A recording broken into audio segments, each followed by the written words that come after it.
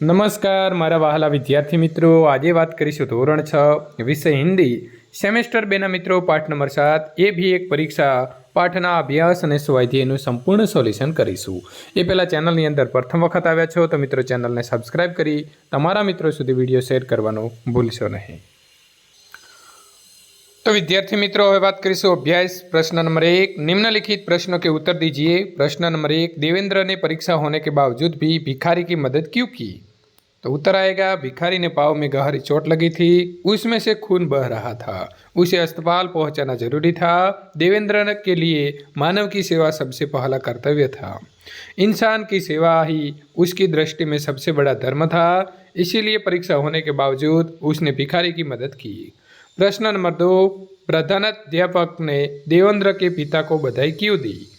देवेंद्र मेधावी यह तो होशियार विद्यार्थी था।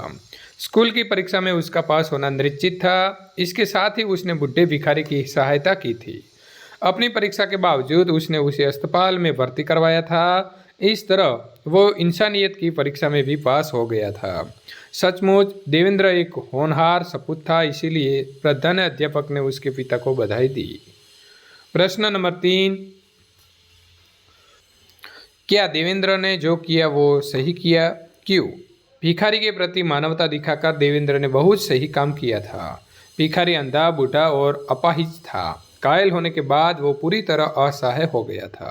अगर देवेंद्र उसे अस्पताल में भर्ती न कराता तो पता नहीं उसकी क्या दशा होती। इंसान की सेवा व्यक्ति का सबसे पहला कर्तव्य और सबसे बड़ा धर्म है।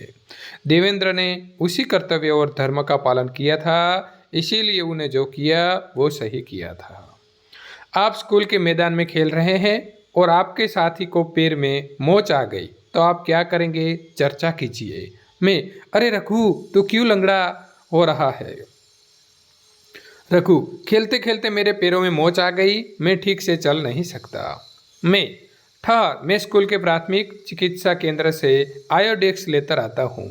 मैंने आयोडेक्स को का मलम रघु के मोच वाले स्थान पर लगाया। कुछ देर बाद, रघु यार तेरे इलाज ने तो कमाल कर दिया, अब मैं ठीक से चल सकता हूँ, सचमुच तो धन्यवाद के पात्र है। प्रश्न नंबर 3, लिंग के आधार पर वाक्य सही है या गलत? अगर गलत है तो सुधार कर दोबारा लिखिए। मेरे पास एक बड़ी संदूक है, तो गलत है। सही वाक्य हम लिखेंगे, मेरे पास एक बड़ा संदूक है। मैंने अहमदाबाद से अंबाजी की टिकट ली, तो गलत। सही लिखेंगे, मैंने अहमदाबाद से अंबाजी का टिकट लिया। रावण के साथ युद्ध में राम का विजय हुआ, गलत। रावण के साथ युद्ध में राम की विजय हुई। मैंने पुस्तक खरीदी, सही वाक्य है। रमेश की स्कूल विशाल है, गलत है। रमेश का स्कूल विशाल है। आपकी आवाज़ मधुर है, सही वाक्य। रोहन को क्रिकेट खेलने में बड़ी मज़ा आती है, गलत। रोहन को क्रिकेट खेलने में बड़ा मज़ा आता है। हमें पौष्टिक खुराक लेना चाहिए, गलत। हमें पौष्टिक खुराक लेनी चाहिए। मैंने एक सुंदर तस्वीर देखा, गलत है। सही लिखेंगे, मैंने एक सुंदर तस्वीर देखी। आज भारी बरसात हुआ, गलत है। सही लिखेंगे, आज भारी बरसात हुई। निम्नलिखित वाक्यों का वचन परिवर्तन करके वाक्य फिर से लिखिए। लड़के मैदान में खेल रहे हैं, लड़का मैदान में खेल रहा है। आकाश में पक्षी उड़ रहे हैं, आकाश में पक्षी उड़ रहा है। मैंने आज एक व्यक्ति की मदद की, मैंने आज कई व्यक्तियों की मदद की।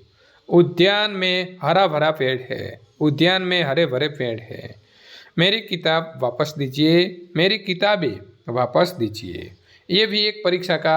अब हम देखेंगे स्वाध्याय सॉल्यूशन। निम्नलिखित प्रश्नों के उत्तर दीजिए। बूट पॉलिश वाले ने राहगीर से क्या कहा? बूट पॉलिश वाले ने राहगीर से कहा कि मैं आपके जूते चमकदार शानदार बना दूंगा। मैं उन्हें आईना बना दूंगा, उनमें अपनी शक्ल देखकर फिर आप पैसे दीजिए, वे भी सिर्फ 2 रुपये। भिखारी के कटोरे में क्या क्या रखा था? भिखारी के कटोरे में कुछ पकौड़िए, अमरूद, रोटी के टुकड़े और कुछ रेजगारी थी। प्रश्न नंबर 3, देवेंद्र भिखारी को अस्पताल क्यों ले गया? अंधे भिखारी को किसी ने साइकिल की टक्कर मार दी थी। उसकी टांग में जख्म हो गया था। वो सड़क के बीचों बीच पड़ा था। उसे तुरंत इलाज की ज़रूरत थी, इसीलिए देवेंद्र भिखारी को अस्पताल ले गया। प्रश्न नंबर 4, देवेंद्र ने भिखारी के लिए क्या किया? उत्तर आएगा, अंधा और बड़ा भिखारी राह के बीच पड़ा करा रहा था। देवेंद्र ने उसे वहां से उठाकर फुटपाथ पर बिठाया।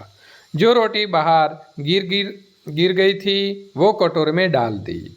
सड़क पर उसके बिखर गए पैसों भी कटोरे में डाल दिए। भिखारी के पाँव में लगे घाव से खून बह रहा था, इसीलिए देवेंद्र उसे सहारा देकर अस्पताल ले गया और वहां उसने भिखारी को भर्ती करा दिया। प्रश्न नंबर 5, प्रधानाध्यापक ने देवेंद्र के घर फोन क्यों लगाया? तो प्रधानाध्यापक को बताया गया कि परीक्षा शुरू हो गई है, परंतु देवेंद्र नहीं आया था। देवेंद्र मेधावी छात्र था। वो इन विद्यार्थियों में था जो प्रथम श्रेणी में आते हैं। इसके अभी तक न आने से प्रधानाध्यापक को चिंतित हो उठे। उन्हें लगा कि रास्ते में वो किसी दुर्घटना का शिकार न हो गया हो। इसीलिए स्थिति का पता लगाने के लिए उन्होंने देवेंद्र के घर फोन लगाया। निम्नलिखित वाक्य कौन किसे कहता है, लिखिए। अंधा है क्या, देखकर नहीं चलता, मेरे कप टूट गए, चाय वाला एक बालक से कहता है। जीते रहो बेटा, भगवान तुम्हें अच्छे नंबर से उत्तीर्ण करे, भिखारी विद्यार्थी देवेंद्र से कहता है। चलो बाबा तुम्हें अस्पताल तक पहुंचा दो, विद्यार्थी देवेंद्र अंधे बुढ़े भिखारी से कहता है। सर परीक्षा शुरू हो गई और देवेंद्र अभी तक अनुपस्थित है, एक अध्यापक प्रधान अध्यापक से कहता है। शाबाश, तुमने ये जानते हुए भी कि परीक्षा का समय है अपना कर्तव्य निभाया, प्रधान अध्यापक विद्यार्थी देवेंद्र से कहता है। जूते चमका दूं, शानदार कर दूंगा, बूट पॉलिश वाला राहगीर से कहता है। निम्नलिखित परिच्छेद का मातृभाषा में अनुवाद कीजिए। विद्यार्थी मित्रों, આ ફકરો તમારી ચોપડીમાં આપેલો છે, ખાસ અભ્યાસ કરી લેવો। હવે આપણે જોઈશું તેનો અનુવાદ। એક વખત અવંતીના દેશમાં 3 વેપારીઓ આવ્યા। રાજ દરબારમાં તેમણે વિનંતી કરી કે તેમના પ્રશ્નોના જવાબ આપવામાં આવે। કોઈ પણ દરબારી વેપારીઓના પ્રશ્નોના જવાબ આપી શક્યો નહીં, એટલે સુધી કે રાજા પણ વિમર્શણમાં પડી ગયા। ત્યારે કોઈએ કહ્યું કે અવંતીને બોલાવવામાં આવે, તે જ એમના પ્રશ્નોના જવાબ આપી શકે છે। રાજાએ અવંતીને બોલાવવાની આજ્ઞા કરી। હાથમાં લાકડી લઈને પોતાના ગધેડા ઉપર બેસીને અવંતી દરબારમાં પહોંચ્યો। વિદ્યાર્થી મિત્રો, જો તમને અંગ્રેજીમાં પણ લખવાની ઈચ્છા હોય તો અહીં લખેલો છે, જે તમે મિત્રો લખી શકો છો। અહીં સંપૂર્ણ મિત્રો આ પાઠનું સોલ્યુશન પૂર્ણ થાય છે। ત્યાર પછીના પાઠોનું સોલ્યુશન મેળવવા માટે આપેલી એન્ડ સ્ક્રીન ઉપર ક્લિક કરીને મેળવી શકો છો।